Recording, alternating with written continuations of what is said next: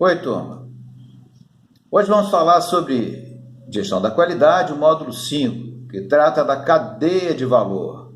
Vamos entender alguns conceitos, algumas partes que eu considero mais relevantes nesse módulo de aprendizagem. Vale lembrar novamente que esse material está disponível no Sigur. É importante que vocês acessem, baixem, leiam. E esse vídeo basicamente é para destacar alguns pontos importantes que eu considero relevantes, para que vocês deem mais ênfase nesses pontos. Tá legal? Vamos lá então. Cadeia de valor. Quando a gente fala em cadeia de valor, a gente está falando de uma abordagem de gestão que é interessante, não só a alta direção da organização, mas que toda organização conheça, tentando entender e compreender quais são os processos que compõem aquela organização, ou parte da organização, com o objetivo de chegar a algum resultado, com o objetivo de chegar ao final entregando um produto ou um serviço para o cliente, de modo que esse produto ou serviço de fato atenda às necessidades, às expectativas desse cliente. Antes um pouquinho, né, vale ressaltar, seguindo a linha aí da trilogia de Juran, que, como nós falamos já algumas vezes, é importante que a qualidade ela seja planejada. A gente tenha toda a condição diante de um cenário em que tenha processos, produtos, serviços, que a gente consiga, em que momento a qualidade vai entrar. Quais são as atividades de qualidade que serão importantes serem realizadas para que, ao final, repito, eu tenha lá o produto adequado e que atenda às necessidades do cliente. Então, é interessante ler essa linha, a trilogia de Juran, onde o aspecto do controle de qualidade, o planejamento, o controle da qualidade e a melhoria da qualidade. Essa trilogia de Juran contempla uns conceitos fundamentais da qualidade. Bom, então agora a gente vai entrar na cadeia de valor propriamente dito. Então a cadeia de valor é um modelo que foi desenvolvido ou mais trabalhado por Michael Porter, um grande estudioso da administração, de gestão, e é um modelo interessante que nos permite ter uma visão de todo o interrelacionamento entre as atividades e processos de uma organização. Então é importante entender essa visão e com a figura a gente vai conseguir ter um entendimento melhor. Observe que essa figura ela ilustra a cadeia de valor da organização, mas que tem ligações com a cadeia de valor do fornecedor, com a cadeia de valor do distribuidor, com a cadeia de valor do comprador, que seria de fato aquele que é o cliente, aquele que vai receber o produto ou serviço que está sendo produzido em uma determinada organização. Mas para que esse produto seja entregue, é importante que vários processos da organização sejam realizados. Mas o detalhe dessa figura é que existe uma ligação. A minha empresa, a minha organização, ela tem vínculos com fornecedores, assim como distribuidores, para que eu consiga chegar ao comprador, ao cliente. Então, as cadeias de valor do fornecedor, do distribuidor e muitas vezes de um comprador precisam ser conhecidas, ou precisa que haja aí uma interface, uma ligação. Então, leiam, entendam essa figura, para que a gente possa entender. As empresas não estão isoladas. A cadeia de valor de cada empresa requer ligações, ou requer associações com as cadeias de valor de quem fornece matéria-prima ou serviço, de quem distribui o produto ou serviço que foi produzido. E, naturalmente, quando esse comprador, por exemplo, no caso de um veículo, é uma concessionária que vai vender carros para o cliente final, é importante que se conheça, que se tenha toda essa relação, essa inter-relação entre as diversas cadeias de valor. Dê uma lida nisso aí que é interessante. Então, a estrutura de uma cadeia de valor, os elementos de uma cadeia de valor, segundo Porter preconizou, defendeu e, enfim, e trabalhou muito bem nesse aspecto, perceba que ela é composta basicamente das atividades de apoio, as atividades primárias, e as atividades de apoio muitas vezes são divididas em atividades de suporte e atividades gerenciais. Mas percebam o seguinte, que as atividades primárias ou principais são aquelas que têm que acontecer para que o produto ou serviço chegue ao final agregando valor ao cliente. Ora, no exemplo aqui, logística de entrada. Olha, eu tenho que ter processos na minha organização que receba alguma matéria-prima ou até mesmo informações para que eu possa realizar operações. E nessas operações realizadas, transformando um produto ou um serviço, eu tenho que entregar para o cliente. Então, as operações são realizadas, uma logística de saída para que esse meu produto ou serviço chegue ao cliente, chegue ao comprador, mas que para chegar de uma forma melhor, é interessante que aconteça o marketing, que aconteça a divulgação daquele produto ou serviço. E chegando nesse cliente, é importante também que eu tenha um serviço pós-venda, momento em que eu possa tirar dúvidas do cliente, prestar um suporte ao cliente e ele, de modo que ele fique satisfeito com o que está recebendo. Então, a logística de entrada, operações, logística de saída, marketing e serviço pós-venda são as atividades principais ou atividades primárias defendidas por Porter. Naturalmente, uma organização, essas terminologias podem mudar, mas sempre vai ter alguma coisa entrando, uma operação sendo realizada, alguma coisa saindo, a divulgação dessa alguma coisa, desse produto ou serviço, e orientações no pós-venda. Para que essas atividades aconteçam de uma forma boa, adequada, com qualidade, é importante que existam as atividades de apoio. Por exemplo, como mostra a figura, suprimentos, desenvolvimento tecnológico, administração de recursos humanos, infraestrutura, no qual a qualidade está inserida. Então, é importante que exista lá todo um conjunto de princípios de qualidade para que as atividades primárias que eu estou executando cheguem ao final com a qualidade desejada, satisfazendo o cliente, reduzindo custos e, naturalmente, melhorando sempre a produtividade daquela organização. Estudem a cadeia de valor, observem os detalhes e, novamente, nas dúvidas, fiquem à vontade de me perguntar.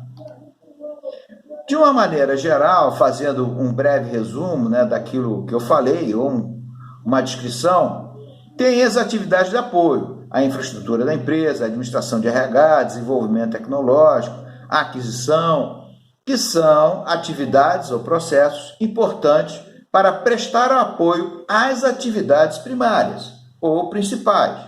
Leiam isso. As atividades primárias, segundo o modelo de Porter, a logística interna, operações, logística de saída, marketing, serviço. Entendo essa relação. Entendo, para eu fazer alguma coisa, eu preciso ter o suporte das atividades de suporte para que eu faça bem feito, para que eu faça com tranquilidade. Leiam e entendam esses conceitos. Um aspecto importante também, conhecendo, é importante que a organização consiga montar a sua cadeia de valor. Porque a cadeia de valor ela é inerente a uma organização. Quando a gente mostrou aquela figura que tinha os fornecedores, a cadeia de valor dos fornecedores ligada à cadeia de valor de uma organização, cada um desses fez o dever de casa e montou a sua cadeia de valor. Para que isso aconteça, é importante que esses questionamentos sejam respondidos, de modo que eu consiga estruturar bem essa cadeia de valor e, em consequência disso, entregar o produto, o serviço que o cliente deseja. Leiam isso, entendam, percebam que essas perguntas elas são importantes, não só simplesmente por serem perguntas, mas pelas respostas que vão ser geradas a partir da observação do entendimento de uma determinada empresa que está montando, compondo a sua cadeia de valor.